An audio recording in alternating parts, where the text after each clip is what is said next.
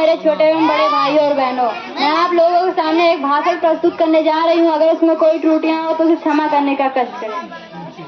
हम अपनी जान के दुश्मन को अपनी जान कहते हैं, हम अपनी जान के दुश्मन को अपनी जान कहते हैं। मोहब्बत की इसी मिट्टी को हिंदुस्तान कहते हैं, हिंदुस्तान कहते हैं। जो दुनिया में सुनाई दे उसे कहते हैं खामोशी, जो आंखों में दिखाई दे उसे तूफान कहते हैं। जो ये दीवार का सुराग है साहब, जो ये दीवार का सुराग है चाइना अमेरिका पाकिस्तान साजिशों का हिस्सा है, मगर हम इसे अपने घर का रोशनदान कहते हैं, रोशनदान कहते हैं। मैं सुफियाना से एक देश प्रेम और राष्ट्र निर्माण के उपलक्ष्य पर आप सभी के साथ अपने कुछ विचार साझा करना चाहूंगी। आजादी का असली मतलब वही समझ सकता है जिसने कभी गुलामी की हो। हम सौभाग्यशाली हैं कि हमने स्वतंत्र भारत में जन्म लिया। यूँ तो आजादी की लौ 1857 में ही जल चुकी थी, जो वर्षाल बनकर 1947 में हमारे देश को आजाद कराई। प्राचीन, मध्यकालीन, वर्तमान भारत के उदाहरणों से स्पष्ट करना चाहूंगी कि जहाँ फिरंगियों के फेरे में फंस गए थे तो रंग दे बसंती चोला की एक आवाज पर टोलों पे टोले उमड़ाते थे, और उनके वंदे मातरम के नारों में खून में आ जाने वाला 5-5 डिग्री का तूफान भी अंग्रेजी शासकों की जड़ों में तूफान ला देता था।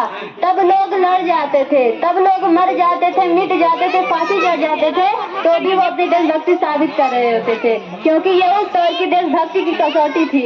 उसके बाद 1962-63-71 के युद्धों में अपना सुहाग गवा देने वाली औरतें, जब घर के हालात ये हो जाया करते थे कि प्यार भी भरपूर गया, मांग का सिंदूर गया, नन्हे नन्हे हालों की लंगोटियां चली गई, छोटी छोटी बेटियों की चोटियां चली गई, बाप की कमाई गई, भाई की पढ़ाई गई, ऐसा एक विस्फोट हुआ पता ही नहीं चला जिसमें की कई बोटियां चली गई।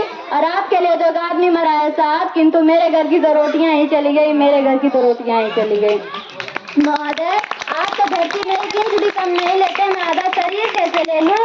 ये वाले हालात पैदा हो जाने के बावजूद भी एक माँ अपने बेटे को सरहद पर दुश्मनों की धज्जियां उड़ाने के लिए भेज दिया करती थी, और पत्र लिखा कर भेजा करती थी कि अम्मा ने खत लिखा है बड़े ही चाव से, अम्मा ने खत लिखा है बड़े ही चाव से, पुत्र मेरे ना घबरा जाना, एक इंच भी पीछे ना हटना, चाहे इंच इंच कट जाना, चाहे इंच इंच कट जाना। इस तरह पूरा परिवार अपनी देशभक्ति साबित कर रहा होता था। तब देश बलिदान मांगता था, तब देश लड़ जाने को कहता था, तब देश मर जाने को, मिट जाने को, फांसी चढ़ जाने को कहता था, किंतु आज देश लड़ जाने को नहीं कहता, आज देश मर जाने को, मिट जाने को, फांसी चढ़ जाने को नहीं कहता, बल्कि मेरे विचारों में अगर कोई व्यक्ति अपना काम पूरी ईमानदारी, पूरी लगन, पूरी मेहनत से करे ना, तो वही सबसे बड़ा देशभक्त है। मैं नहीं मानती कि फेसबुक, व्हाट्सएप की डीपी को 3 रंग में रंगना ही देशभक्ति है। यदि आप कहेंगे कि साल में 2 बार हाथ में तिरंगा ले लेना देशभक्ति है, तो मैं पूछना चाहूंगी कि फुटपाथ पर रहने वाला बच्चा ट्रैफिक की छांव में नंगे पांव में तिरंगा बेच रहा होता है, तो क्या आप इसे उसकी देशभक्ति कहेंगे? ये उसकी देशभक्ति नहीं है, उसकी पेट की भूख की शक्ति है जो उसे ऐसा करने पर मजबूर करती है। क्योंकि न मस्जिद को जानते हैं, न शिवालों को जानते हैं, न मस्जिद को जानते हैं, न शिवालों को जानते हैं। जो पेट के भूखे होते हैं ना, वो सिर्फ भोजन के निवालों को जानते हैं, वो सिर्फ भोजन के निवालों को जानते हैं। अपने परिवार, अपने देश, अपने समाज का भाव है देशभक्ति, और हर देशद्रोही के जीवन में तूफान ला देने वाला है हमारी सच्ची देशभक्ति, ताकि हर देशद्रोही यह समझ सके कि अगर तू परिंदा है तो यह आसमान तेरा है, अगर तू दरिंदा है तो यह शमशान तेरा है, और भाईचारे से रहना हो तो रह इस धरती पर, वरना एक कब्र भी तेरी और एक कब्रिस्तान भी तेरा है, और एक कब्रिस्तान भी तेरा है। लेकिन एक देशद्रोही से ज्यादा देशभक्ति तब बात होती है जब एक बेटा अपने बूढ़े माँ बाप को वृद्धाश्रम की चौखट पर छोड़ आता है। करा उठती है वो देशभक्ति जब मुसीबत में फंसी उन लोगों की जान बचाने से ज्यादा हम सेल्फी लेकर अपनी लाइफ बढ़ाने पर लगे रहते हैं। आज के इस दौर में वो युवा जिसके ऊपर जिम्मेदारी होती है अपने देश, अपने वतन, अपने राष्ट्र की आशाओं को बांधे रखने की, वही युवा 4x4 इंच की छोटी सी स्क्रीन पर अपनी कोमल अंगुलियों के घर्षण मात्र से भावनाओं की इमोजी भेज रहा है। 4 बोतल वोट का काम मेरा रोज का ने भारत का भविष्य तबाह कर रखा है। हमने ऐसे समाज में जीते हैं जहाँ लड़कों से बात करता देख जो भाई हड़काते हैं, लड़कों से बात करता देख जो भाई हड़काते हैं, वही भाई अपनी गर्लफ्रेंड के किस्से घर में हंस कर सुनाते हैं। और मैं बता दूं, महिला सुरक्षा में हम आज भी 4थे नंबर पर आते हैं। और महिला सुरक्षा में हम आज भी चौथे नंबर पर आते हैं। हम न ऐसे समाज में जीते हैं जहाँ पत्थर की मूरत को लगते हैं 56 भोग और भूखे नंगे तड़पते सो जाते हैं लोग, भूखे नंगे तड़पते सो जाते हैं लोग। मजदूर को मजदूर समझिए, मजबूर नहीं, गरीब को काम दीजिए, दान नहीं। और अगर दान देने को इच्छुक है तो जीते जी रक्तदान दीजिए और मरने के बाद अंग दान देकर किसी मरते हुए को जीवन दान दीजिए। यही हमारी सच्ची देशभक्ति और यही हमारा सच्चा राष्ट्र प्रेम है। न सरकार मेरी है न रब मेरा है, न सरकार मेरी है न रब मेरा है, न ही ये बड़ा सा नाम मेरा है। बस गुरूर तो इस बात का है कि मैं भारत की हूँ और ये भारत मेरा है और ये भारत मेरा है। एक वैचारिक बीमारी भी मुझे हमारे समाज में नजर आती है।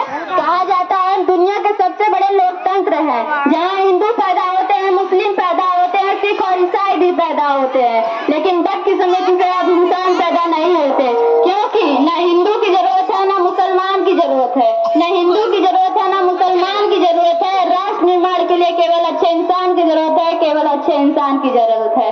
जरा सोच कर देखिए कि पेड़ पौधे और शाखाएं भी परेशान हो जाए अगर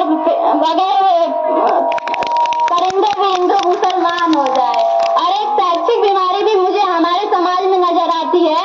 बड़े ही आश्चर्य की बात है, जिस देश ने पूरी दुनिया में तक्षशिला और नालंदा देकर विश्वविद्यालय की शिक्षा की बुनियाद रखी, आज विश्व के 100 सर्वश्रेष्ठ विश्वविद्यालयों में हमारा एक भी विश्वविद्यालय खड़ा नहीं हो पाता है। जहाँ हमारे पास IIT, IIM, NIT जैसे शिक्षा स्थान है, तो वहीं दूसरी तरफ हमारे देश के गरीबों को बेरोजगारी की जमात में खड़ा करने के लिए उनके हाथ में सर्व शिक्षा अभियान का झुंझुना पकड़ा दिया जाता है।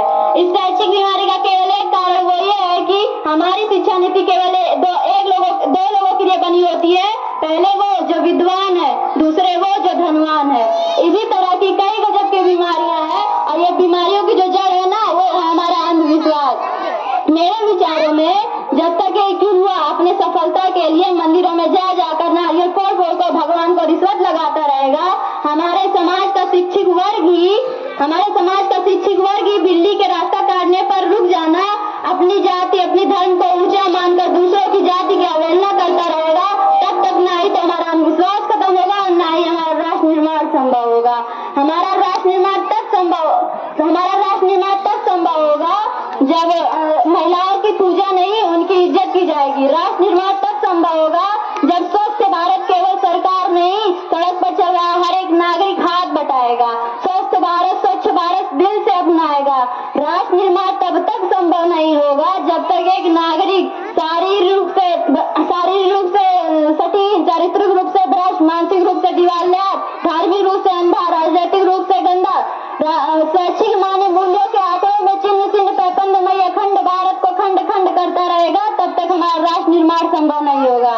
मैं इस मंच पे पूरी जिम्मेदारी के साथ कहती हूँ, हमारा राष्ट्र निर्माण तब संभव होगा जब हम सब मिलकर प्रयास करेंगे, क्योंकि हमारी जिम्मेदारी नहीं है हमारे देश को आगे ले जाने, हमारे देश की जिम्मेदारी नहीं है हमें आगे ले जाने की, बल्कि हमारी जिम्मेदारी है हमारे देश को आगे ले जाने की, हमारे राष्ट्र को आगे ले जाने की, हमारे समाज को आगे ले जाने की।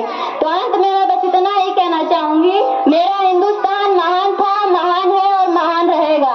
होगा हौसला सबके दिलों में बुलंद, तो एक दिन पाकिस्तान भी जय हिंद कहेगा, और पाकिस्तान ही क्यों, सारा जहान जय हिंद कहेगा, क्योंकि सारे जहां से अच्छा हिंदोस्तां हमारा, सारे जहां से अच्छा हम बुलबुलें